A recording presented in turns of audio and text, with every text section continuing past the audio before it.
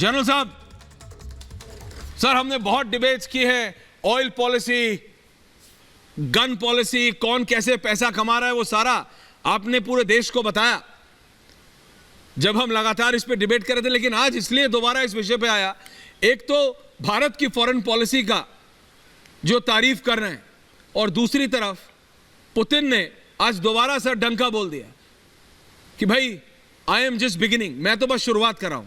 General साहब, general Shankar Prasad, lieutenant general.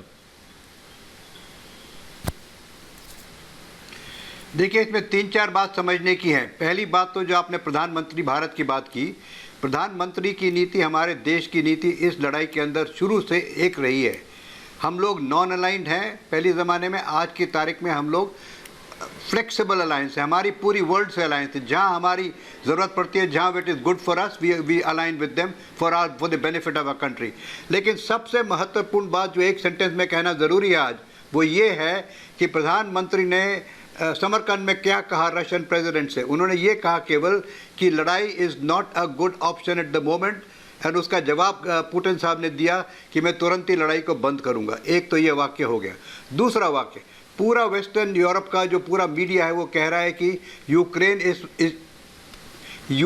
इस वक्त हावी हो रखा है, Russia is losing, Ukraine is winning.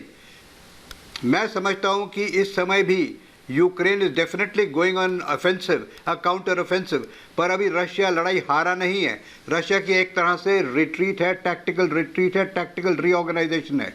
तीसरी बात, अब जो पुतिन साहब ने पिछले 24 घंटे में हरकतें की हैं, उससे साफ जाहिर होता है कि he is quite clear to say कि अभी तक मैंने मैसिव फायर पावर तो इस्तेमाल की ही नहीं है, मैंने मास आर्टिलरी तो इस्तेमाल की ही नहीं है, मैंने एयर पावर तो इस्तेमाल की नहीं है, मैंने मिसाइल पावर तो इस्तेमाल की नहीं है, और मेरे पास न्यूक्लियर पावर भी है।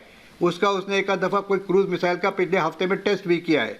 तो इस समय जो अब मुझे दिख रहा है वो ये है कि Russia will definitely go on some kind of an offensive in Ukraine and will re-establish his position of supremacy as a winner in the Ukraine war.